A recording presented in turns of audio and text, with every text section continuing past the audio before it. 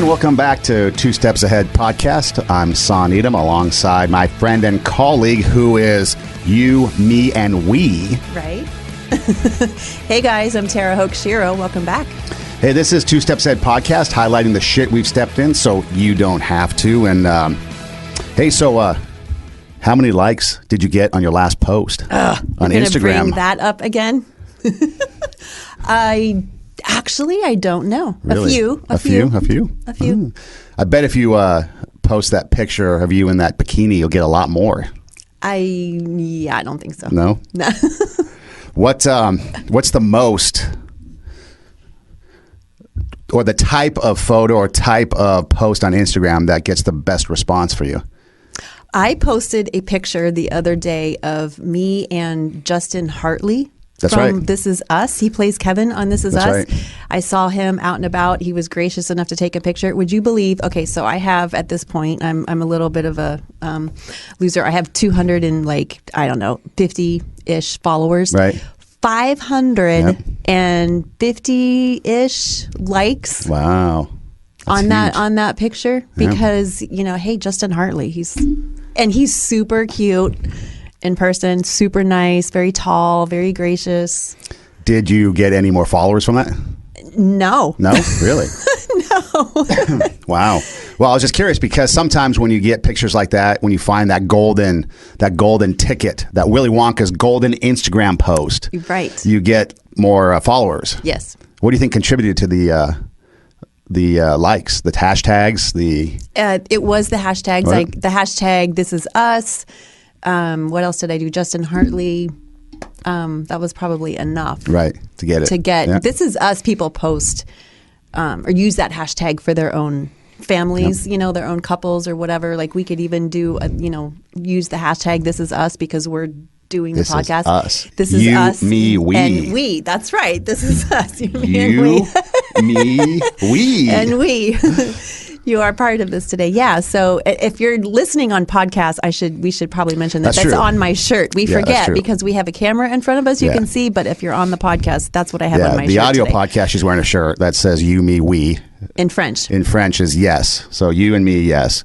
Like who's the you and the me and the we. Like the you, the audience, the me, the you, the exactly. diva, and you guys are together. So yes. Yes. So maybe if I use that hashtag, maybe I'll get a bunch of likes. But yeah. There was a time when I posted something during Halloween, and it was some event, and I hashtagged it, and it got a lot of response.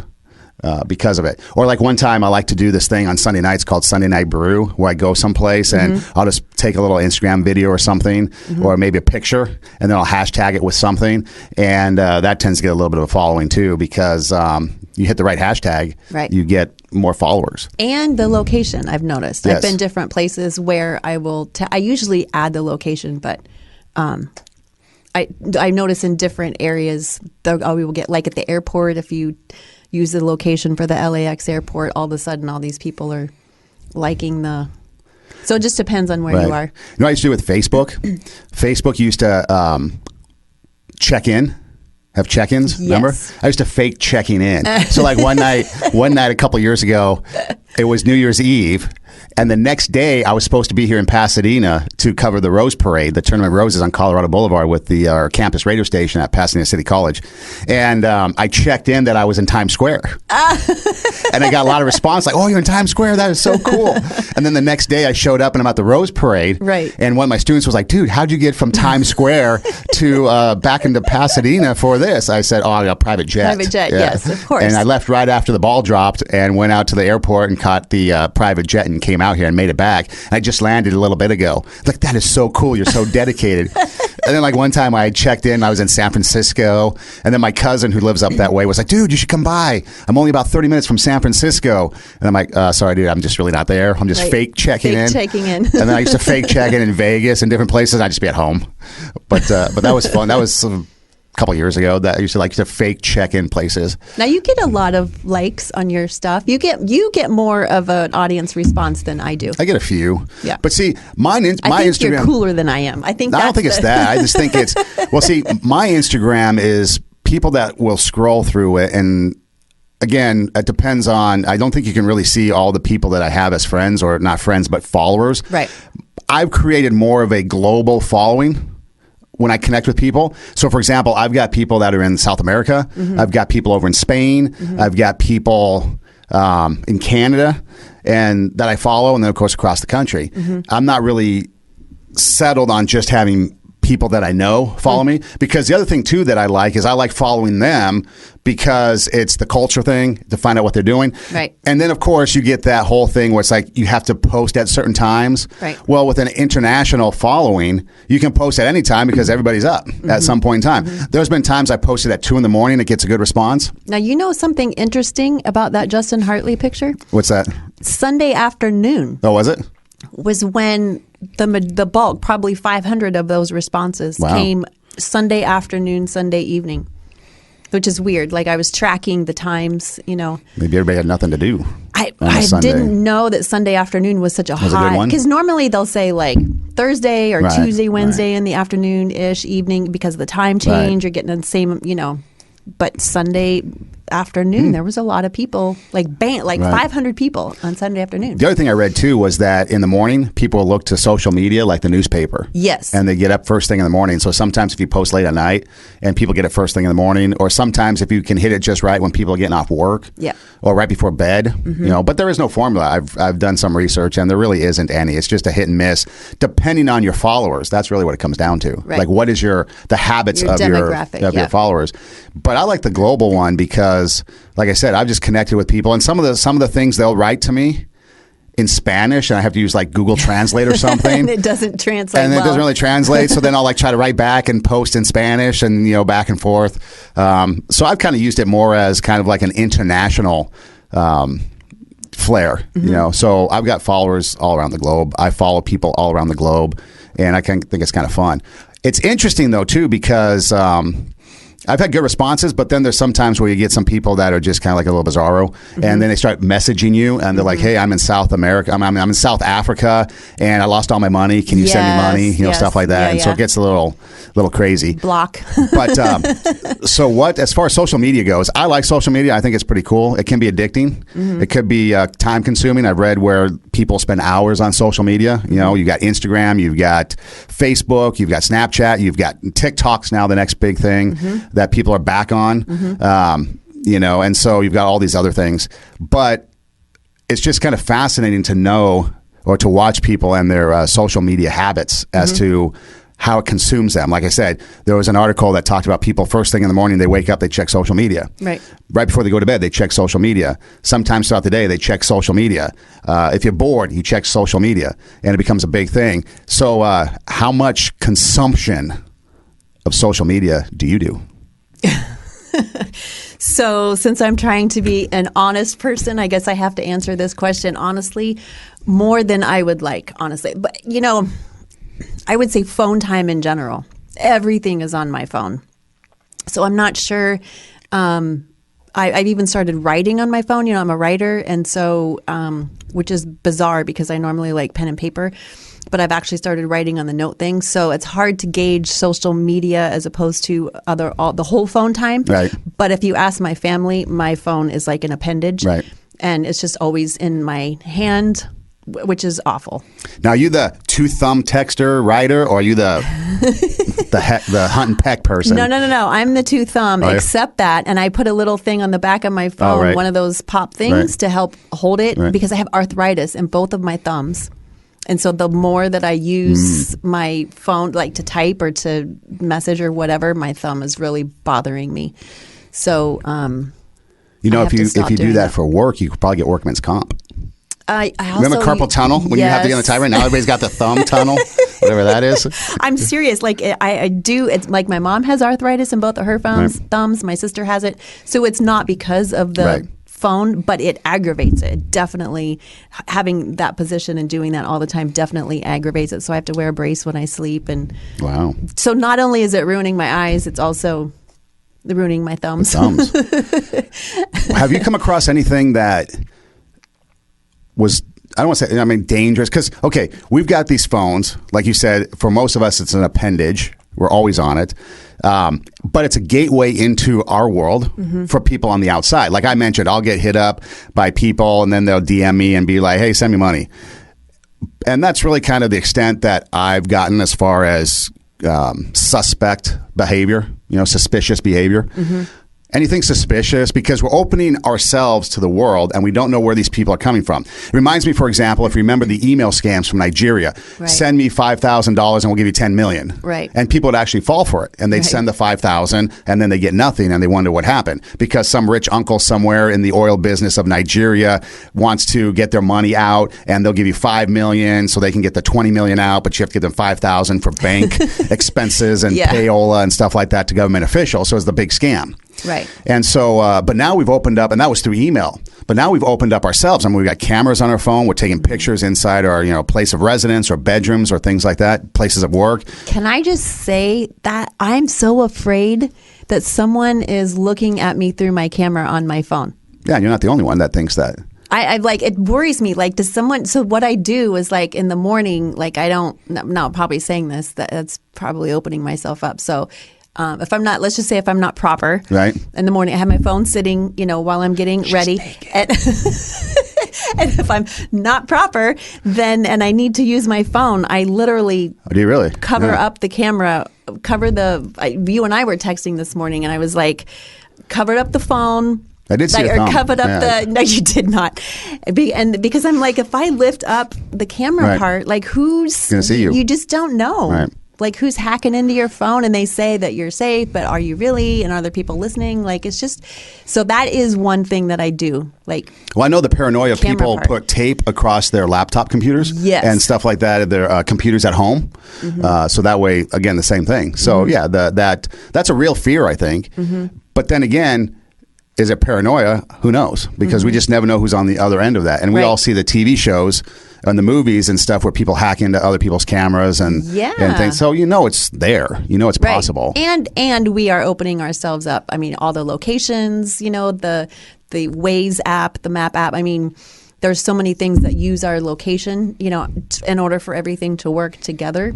So we're easily trackable. And every app is allow this app to access your phone. Yes. And audio.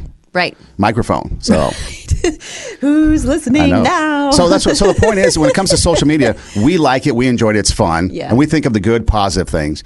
I did a interview about a year ago with a guy who did a documentary called Social Animals, and it followed the lives of 3 young people. One was a young fella in, I think it was New York City, and he was an extreme Instagrammer. So he would trespass into properties like skyrise buildings, skyscraper cranes, and hang from them and take pictures. Oh, I remember things that like guy. that. Yeah. And then it followed his life a little bit and how he was wanted by the police and everybody knew who he was because he was this extreme Instagrammer.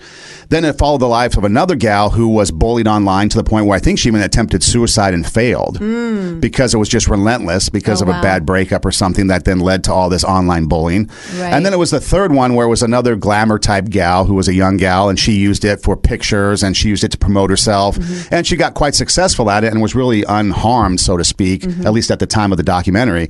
And was having a lot of followers and she'd put her cute pictures up there and promote whatever she was doing and really had no good or bad. I mean, I guess it was all good because she was having a positive experience through it.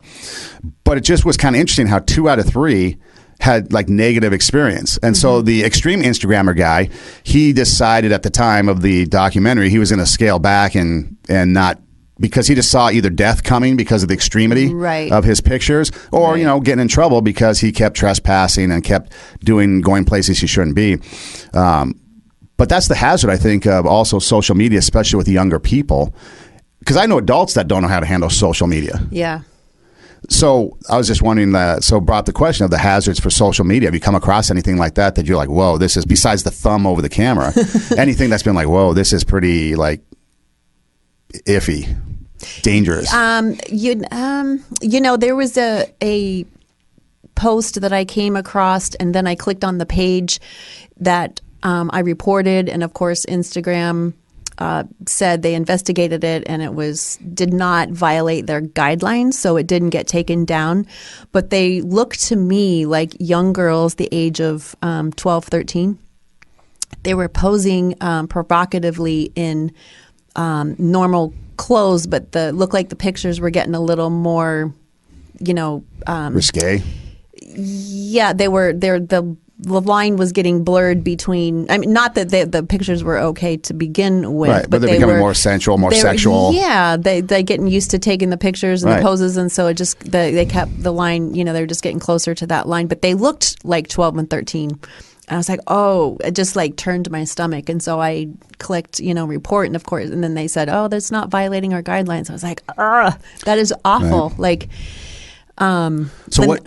Oh, go ahead. No, go ahead. Ask the question. I was going to say, so what age, do you think there should be an age limit as to when people can be on social media? You wouldn't be able to implement it, but do you think there should be an age? I mean, I don't think, in my perspective, I don't think it was the girls that were posting this. I think it was probably not a John, like a pimp? I think it was somebody like that was posting these pictures. So I don't think it's the age. I look at it as the behavior. Like, what do we use? Like normal, quote unquote, normal girls. There are so many selfies of pictures of just flat out like, we want the attention. Mm-hmm. And I think and we can say that like, oh, there are women who post pictures of themselves that are scantily clad and they're just looking for attention. But so are the moms with the kids that are superstars. So are the moms that are creative, that have an art that they're trying to promote or something. I think for me, it's asking where that line is and what are we putting all of our eggs in the basket of social media and trying to have our identity and our validation in that, or are we using it just for fun? Because it's addicting. It's like how many pictures, of course I'm looking on, my pic, like, 500 and whatever people clicked on my picture. So it's not like there's always that question of like, what is our intent? What are we using, this for? And why are we posting the pictures of ourselves, the way that we do? Yeah, no, it's interesting because you can put any good-looking gal on Instagram and immediately get all kinds of followers just based on the way she looks. Mm-hmm. That's what TikTok now has become, because I've looked at TikTok because I'm creating a 2 Steps Ahead podcast page for TikTok, where we just are going to post some of our little minute videos and things. You're not going to see us dancing to music. But it's interesting because you get people on there that are on the younger side and they're doing these dances to this music, and some of it's pretty provocative and some of it's pretty sensual, and millions of people follow it. Mm-hmm. And then of course you get those that sit there and stare at the camera for 9 seconds, and then the 10th second they scream something and that gets millions too. So I don't know. I mean, it's such a bizarre world. Do you think social media is dumbing down society? That's an interesting question. I think it's making us more self-focused and more self-centered and more individual and less of a team player. Right. Yeah, for sure. How about the social skills? There was a movie one time. I'm not going to promote it because I shouldn't. I mean, it was fine, but it was a Vince Vaughn film and an Owen Wilson film, so it wasn't that bad. But there's they go to this club, and one of the kids is looking at his phone. He's constantly on his phone, and they're in a club, and Owen Wilson takes the kid's chin and puts it up, and he says, "There's a whole new world just 2 inches up," because the kid's always looking at his screen, and then he sees the club and he goes nuts. But that's the truth. It's like we are constantly in our phones right here. You go to any restaurant, and you see a family sitting at the table. And what are they doing? 5 phones, or 6 phones, 4 phones, whatever. They're all on their phones, and they're at Denny's or IHOP or something, and they're on their phones. Right. And then the whole idea of what started with Twitter was 180 characters. Now, can you really have a conversation with anybody? Dating, you go online. Everything is on an online world, and so I was wondering if, in your opinion, is that creating a society that cannot be societal, and interpersonal relationships now become problematic because people don't know how to deal with each other in person? I mean, sure, that's going to be an obvious effect if we're so focused on the conversation with people that are not right in front of us, and we're not getting that immediate feedback. We are getting feedback, be based on the comments and the likes or whatever. But a lot of the times we are posting things in, like if you look at a picture of a girl that posts of herself that's really cute, and then all of her friends start commenting, bae, gorgeous, beautiful. And so that feeds our ego. It feeds our, there's an adrenaline rush. There's a, dopamine rush that comes out of that. So sure, I think it, but in the same token, I mean, in the world, in the workforce, if you're going to college, if you're trying to interact in a meaningful way in society, you're kind of forced to learn how to do that, or you just don't move forward.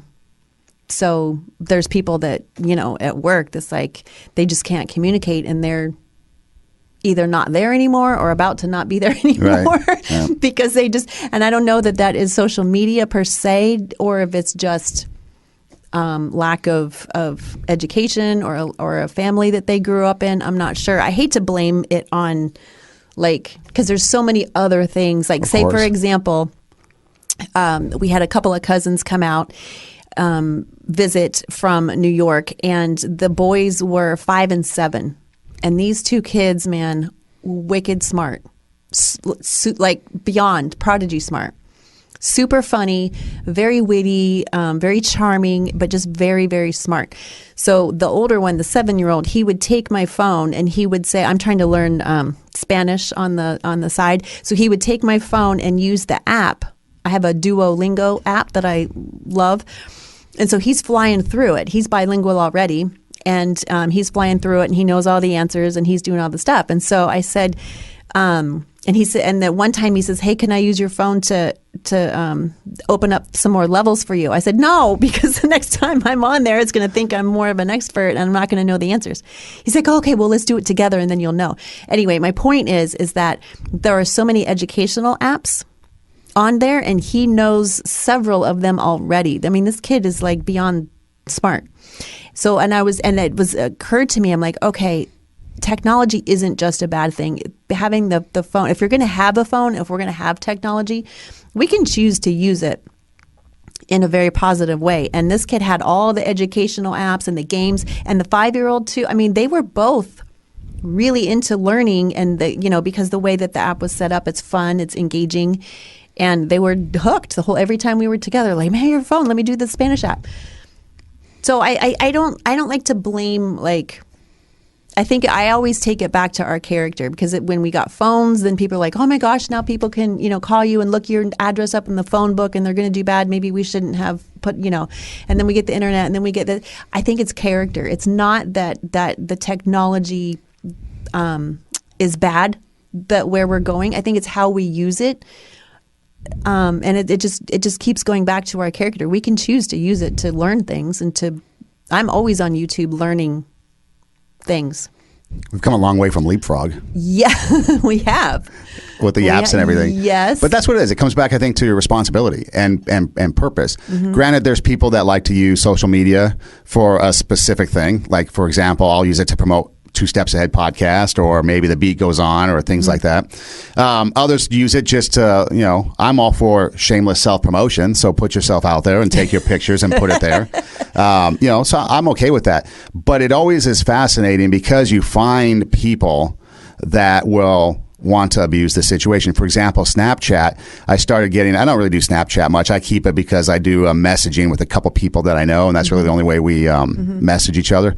But I start getting requests of people, younger gals, and then turns out to be that, like you said, there's maybe a pimp or somebody pimping them out, because they're always pushing, do my premium snaps to see this, to see that. And of course, it's a sexual content, and they're young, so are they doing this on themselves, by themselves, on their own? Is someone behind there pushing that? And then you get, good things like, locally here in Los Angeles, Andy Bales from the Union Rescue Mission, he'll post things that they do, and I like that. A guy that I used to work with, Frank Sontag, he puts his ministry posts up, and so you get to kind of keep track of that, and other people, I know psychologists and therapists that will put things on there, and people quote inspirational things, and so it's a good thing. Like you said, it's technology itself is not bad. It's how we use it and who uses it. But it also opens up, especially for younger people who are unaware of the world and the realities of the working world. and the naivety of it all, I think it can become quite dangerous if it's not checked. It can. And I would, as you were talking, I was reminded of on television, America's Dumbest Videos, where they show people being complete idiots, so we could say that's dumbing down, America. Right. Or there's movies that are just showing the worst of society, and we laugh at the ridiculousness of stupid decisions, and we glorify them, so we could say that could be dumb, or some of the music lyrics. So I don't know that it's just one form of media. That I think it's what how we choose to handle it, and there are a lot of people who are choosing to handle social media as a way to be validated and to have an identity. And now the biggest thing is, we all want to be influencers.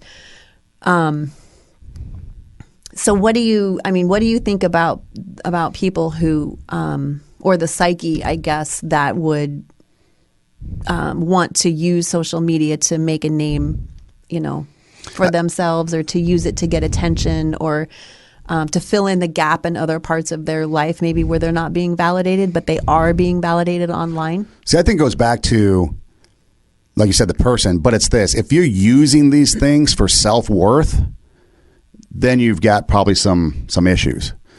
If you're using it in addition to your lifestyle, like if you took social media away, if nobody liked, Instagram's talking about removing likes, so you can't get likes.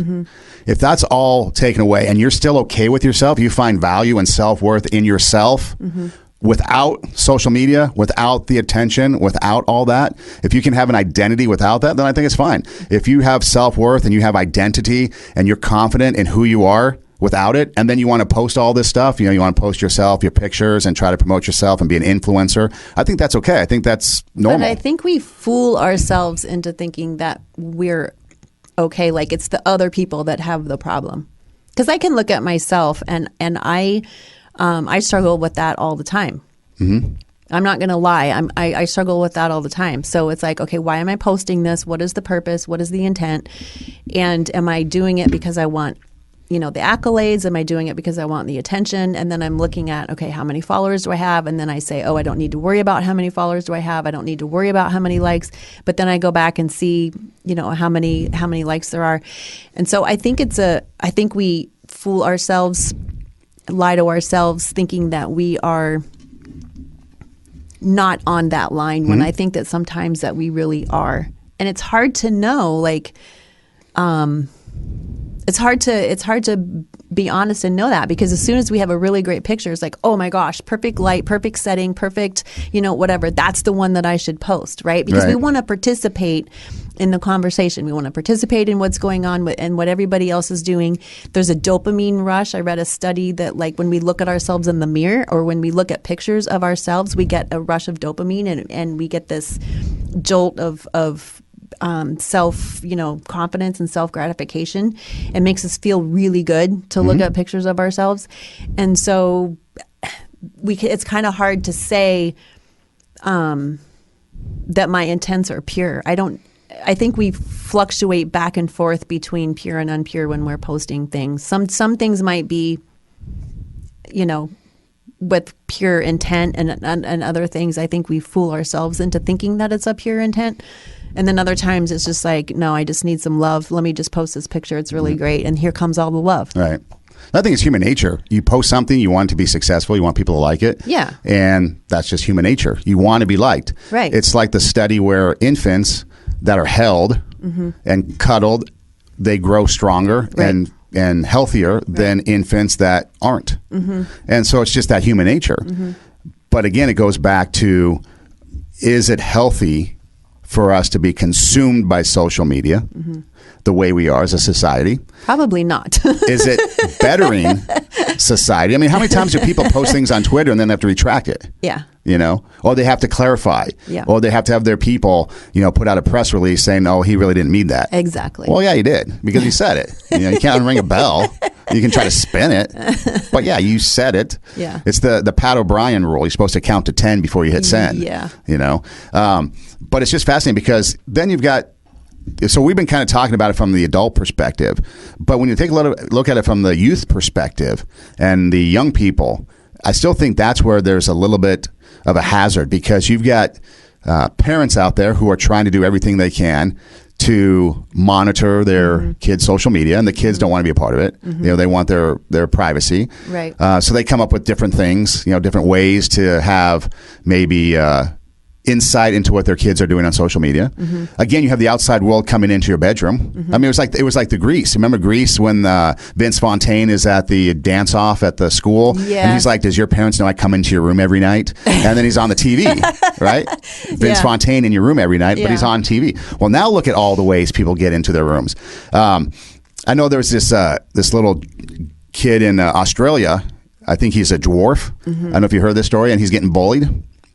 He's getting bullied because of his dwarfism, and a lot of celebrities and a lot of people have come to his side, his support, and I think it got so bad that he was contemplating taking his own life. Oh, wow. And now these are only stories that we hear because the news publicizes them. Right. And so we only hear a little bit about it, so we don't think the problem's out there. We think that, okay, society is okay with handling social media because we don't hear the stories.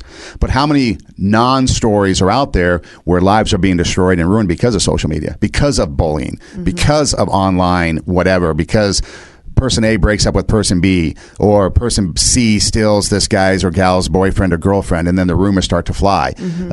And so I think it becomes very dangerous, especially in smaller market America where the publicity isn't there, and it becomes problematic. And then people become psychologically dependent on the feedback and everything that they get online and through social media, and that becomes their identity and their self-worth, which we talked about before in other episodes too. And I think that's where the hazard comes. And I think that's where we need to be careful as.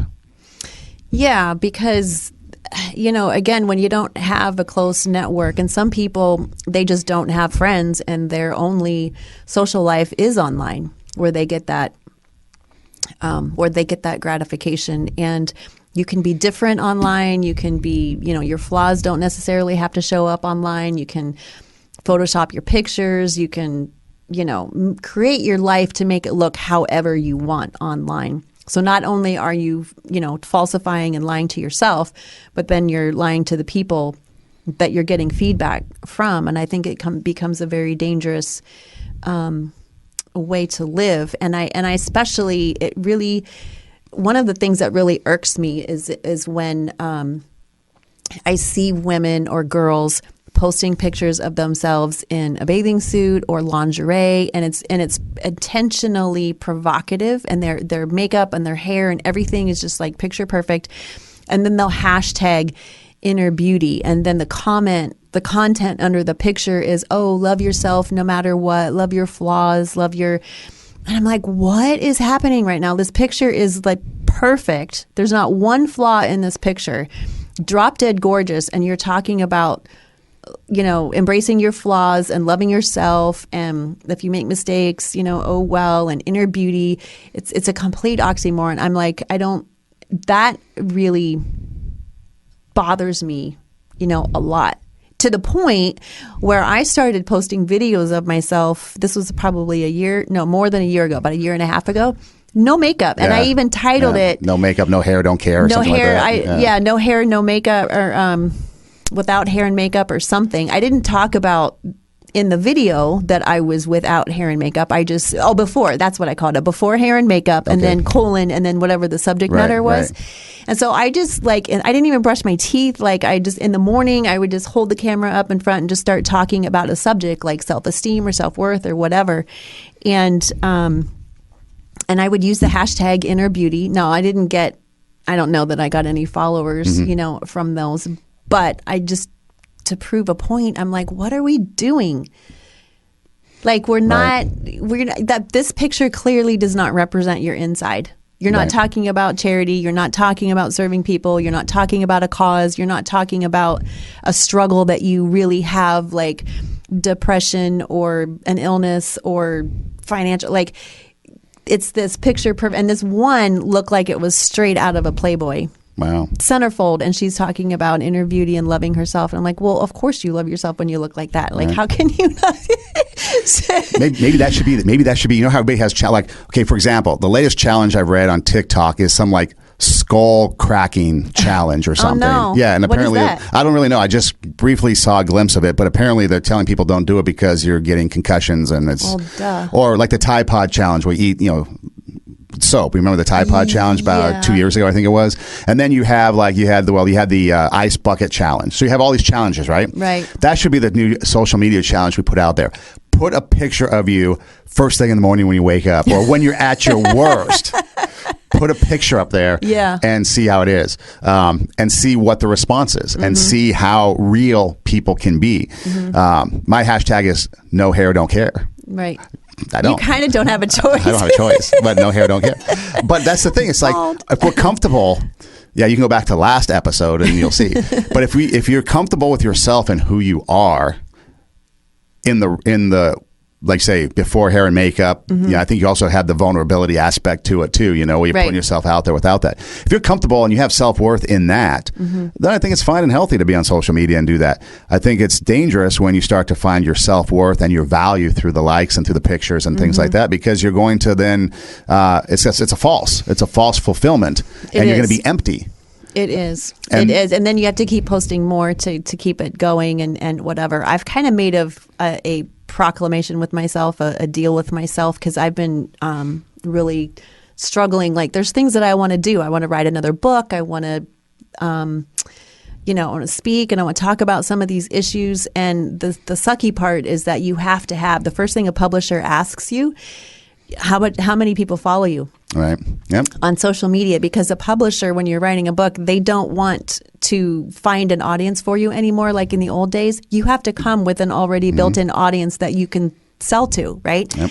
So the first thing they ask you is, what kind of a platform do you have? How many followers do you have? How engaged are you with your followers? So they're forcing you to get into the social media whether you want to or not. So you can't not be on social media and attracting followers if you want to write a book. So then my question is, okay, I get that part and you have to play the game, but then it's a trap for me. I don't have a lot of followers. So we can laugh about this because I only have, I think on Instagram, like 50 or 70, I can't remember what it is. And Facebook is a little bit more, like maybe 500, but, I don't have a lot of followers, so I'm not an attractive person on social media. I'm not like people. I get 20, 30, 40 views on my Instagram page per week. Okay. No followers. Yeah. So people come and they're like, whatever. Okay, so that's good. I'm actually glad for that because I don't need to. Because I'm struggling with this right now. So I just kind of made a decree with myself. I'm like, I am going to start posting things that are helpful to other people and to move people forward. I'm not going to point necessarily to me. See, I think we have it backwards in a certain way. Okay. We like to look at the masses. We want to attract the masses.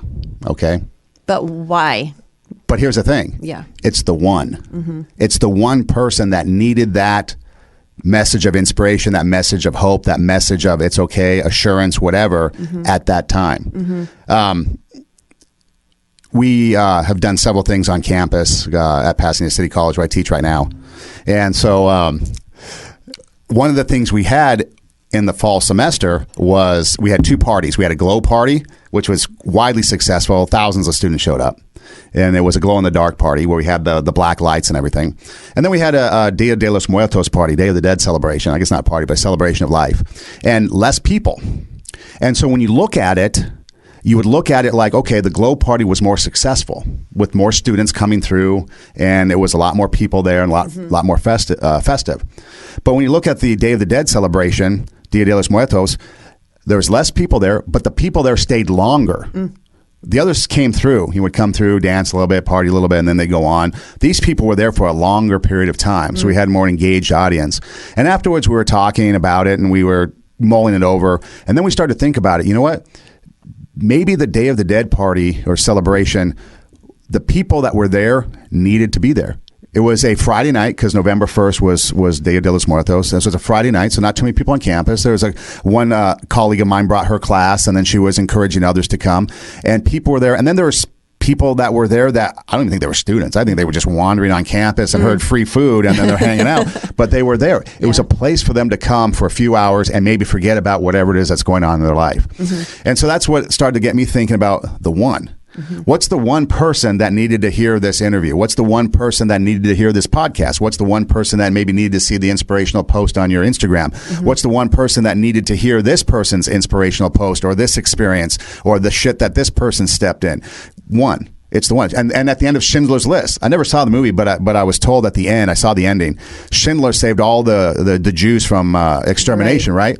But at the end, one more. If I could have just saved one more. Well, he saved thousands. He saved so many. It wasn't enough. One more. So oftentimes we like to look at the masses, but what about the one? What about the one kid back in the day in high school before social media? The one kid in the corner that was a loner that you went up to him and said, hey, how's it going? And it made his day. Or the one person you gave a smile to as you're walking down the street. Or the one homeless person that's begging for change outside of the local convenience store and you're like, hey, sorry, I don't have anything, but I hope you have a nice day. The one person that we impact. That's I think to me the golden thing. It is, and I think that what you're hitting on is that it's our gifts. It's what we've been given. Are we using it for other people or are we using it for self-glory? And so what you just described is that we have all been given gifts. We've all been given talents and skill sets and passions. And God gives us those for a reason. He gives us those skill sets and talents and dreams and passions to use for other people, for each other. And so if I don't use my skills, if you don't, if the person listening doesn't, follow their dream and use their God-given skill sets, then we're all missing out because we need each other. We were designed to be a community. We were designed to give to each other and to help each other. And so for me, I think that's where the line is on social media and with any type of art that any of us are doing is that if we're using what we've been given for the benefit of other people and we're constantly focusing on that, not that I'm so great or anybody is so great, but that I've been given and so therefore I need to give back. And so if we can keep that mindset and if I, personally can keep my focus on God and my relationship with Jesus and just be like, okay, I don't want to be about me because I mess things up and I don't want to have my own wisdom. But if I can use his wisdom and I can touch somebody and give them insight and use my skills to give, other people hope and insight and inspiration, then I'm on the right track. But if I'm doing it for me, for selfish reasons, because I'm having a bad day, I'm lonely, I'm sad, I'm in need of encouragement or whatever, and I put something out specifically for the purpose to receive love because I'm depleted, now I think I'm on the wrong track. Yeah, and I think it goes back to, too, where do you find your self-worth? I'll look for people's Instagrams or Facebook and, kind of use it as a connection to keep up with others, friends and family and acquaintances and colleagues. But then also, just to meet new people and find out who's out there. And then when I put my stuff out there, again, it's a lot of stuff like 2 Steps Ahead podcast. The beat goes on, maybe a picture of me doing something radio or maybe out someplace. But I often think, one, is there something in this that could benefit one person? A lot of times, no. I mean, especially on Instagram, if you're posting pictures, for me, who wants to look at me? I don't know. But maybe there's some inspirational quote or something I could put along with it that says, and that's why I've kind of latched on to the "Let Yourself Be Great" motto and the "Take Your Passion and Make It Happen" mantra, because that's the two things that we need to realize is that if we get out of our own way through social media and we let ourselves be great through social media, we can inspire people. If you're beautiful and you're posting stuff on Instagram, be an inspiration for people, for others to be beautiful. Let them know how they can be beautiful in their own skin, like the inner beauty thing. Maybe the lingerie pics are probably a little bit not the right pics to have for the inner beauty thing, but maybe you have those lingerie pics where you are just in no makeup and you're just raw and who you are first thing in the morning. Now let your inner beauty shine because this is who you really are when the makeup comes off. If you're someone out there that's has inspirational quotes, keep putting them out there because maybe that one person needs it. But also we have to be careful too because we don't want to open ourselves up to the craziness and the underbelly of society and the world. By posting those things out there, we get we get all kinds of responses. Just real quick, I've talked to people that do, especially women that do online dating, and the pictures they get from guys, within the first couple of exchanges on messages are pictures of the guy's nakedness. No, yeah. Are you serious? And so it's like and they get tired of it. They get tired of that whole thing. So the whole dating process then becomes. They don't want to do it anymore because they don't want to see that. So again, we open ourselves up to certain things, and we have to be careful. We have to be cautious that what we're doing isn't going to open ourselves up to things that are going to cause us problems. Mm-hmm. The other thing too is work. People are going to look at us, things we post now, 20 years from now, how's that going to be? Mm-hmm. So we have to be careful and think about it long term. Mm-hmm. What are we doing now? How's it impacting others? How's it impacting me? How's it impacting us? And how's it going to be an impact 5-10 years down the road? Because right now we're not thinking 5-10 years down the road. Mm-hmm. We're thinking about now. We want this instant gratification now. But is this lingerie pic going to affect me down the road? I know students, ball players in college, when they're getting recruiters tell them take everything down off of social media, anything that's questionable, because that can make a difference. It can. There's one school I know that's kind of having a little bit of a scandal right now where there was a picture on YouTube, some video on YouTube that shouldn't have been there. Boom. I'm sure there's kids that are going to be gone off the team once this thing settles. Possibly a coach is gone. Mm-hmm. And this happened at the University of Colorado and Division I schools as well, where they bring in these things. It gets captured on social media. So we have to be careful what we put out there, because just because we put it out there doesn't mean the ramifications or the consequences that come back are going to be good. There could be some negative ones, and we have to be careful of that. And then young people too. That's the other thing. When we're dealing with young people, it opens the door for them to have people come into their room like Vince Fontaine and influence them. And everyone wants to be an influencer. We've talked about influencers before and who influences us on past podcasts. What's influencing our kids? What's influencing our next generation? What are they striving to be? I've seen some adults that are acting like kids. I've seen some kids like the one you mentioned that are acting like adults. So age really isn't the factor. No. It's the person and the character of who you are. So just check yourself. Do what you want, because it's your life. It's your social media. It's your Instagram. I see people post that all the time. If you don't like what you're seeing on my page, F you, or don't like, or unfollow, and that's true. You can always turn it off. But again, keep in mind that, things that we put out there, and I'm all for, as long as it's legal and it's, what's the word? Consensual, like everybody's in agreement. Do what you want. It's okay, because I'm not going to judge you for it. Others may, but I'm just not going to judge you for it. But just know that anything you put out there, it's like the world says, karma. If you believe in it or not, you may or may not believe in it. What goes around comes around. What you reap is you're going to sow. Mm-hmm. All those sayings, it's true. What you reap, you sow. Karma is a bitch. Mm-hmm. What goes around comes around. Mm-hmm. Do unto others as you do unto you. All that matters. And so just be mindful that when you're out there in the social media world, what you're putting out there is going to impact somebody, whether it's a lingerie pic. Now, another girl's going to put a lingerie pic because she wants to be like you, whether it's an inspirational message. Now you're inspiring somebody else to do something, whether it's just a fun pic and you're getting other people to come to a certain place, it's going to have an impact. And just check what kind of impact you want to have on other people through what you're posting in social media. And then just keep in mind, what are you opening yourself up to when you post things out there? And, and we need to ask ourselves whether we are a mom with superstar kids or a minister or a girl, trying to get a lot of followers. What is the reason for every picture that we post? Are we doing it to fulfill a need within ourselves because we're feeling depleted and we just need a little bit of love?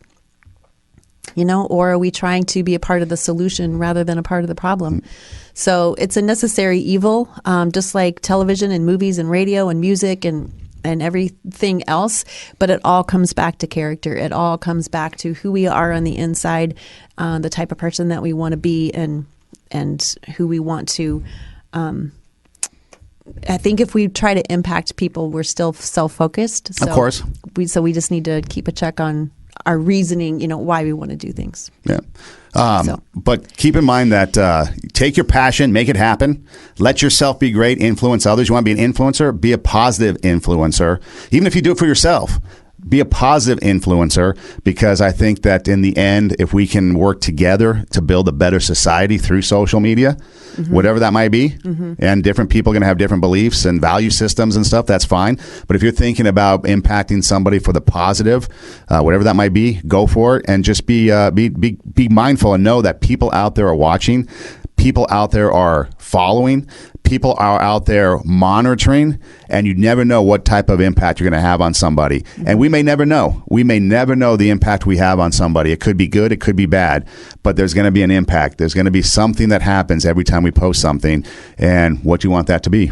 Yes. And that's what for me, that's what it comes down to. And then just don't find your self-worth in it.